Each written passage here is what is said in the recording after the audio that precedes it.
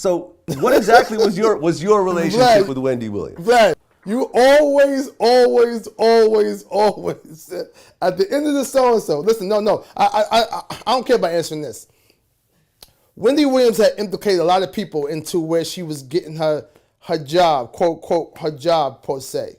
And a person like me, I never thought that it will get that far. So when I heard all these names get brought up besides me, I thought it was a ploy for her to get what she get with stardom. You know what I mean? Because people already knew me. I'm not going to get back on all the, because we had this conversation last year with you before, whatever. And but again, I could have easily, put that dirt on her, as far as what she did and how it went down, because she was a fan of mine. Me and her was friends the whole nine. And then for her to do that, it kind of made me look at what happened with Puffy, when Puffy got her fired and people was, and her and Tretch had the argument. Then you start hearing Red and Meth, you start hearing people like that. I knew, this is a big game. This is a big, the ploy for her to get famous, because all of a sudden it's 1,000 names. So everybody's doing that too. So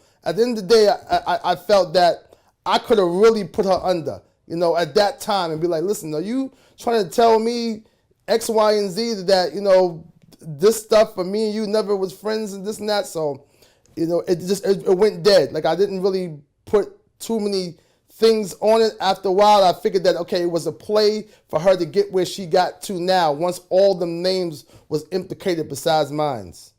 Now, were the two of you romantic or just friends? Nah, it wasn't no romance now. She was just happened to be a fan of mine. You know what I mean? As far as this, again, people can go back and so and see that she played the songs on 98.7 Kiss at the time and this and that. She used to always talk about me all the time. You know what I'm saying? This and that. So she was again, you could tell that you could tell she liked me in the whole nine. You could tell that, again, whatever.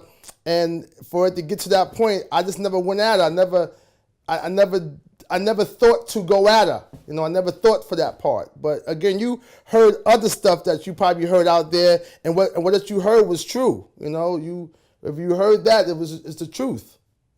Well, I just never knew the part. I mean, because I guess the way it was presented, like in Unsung, was that y'all two had sex and you gave her like some bus tokens and she was mad about that. Like that's the way it was. No. I ain't giving no bus tokens. She was dropped off at the train.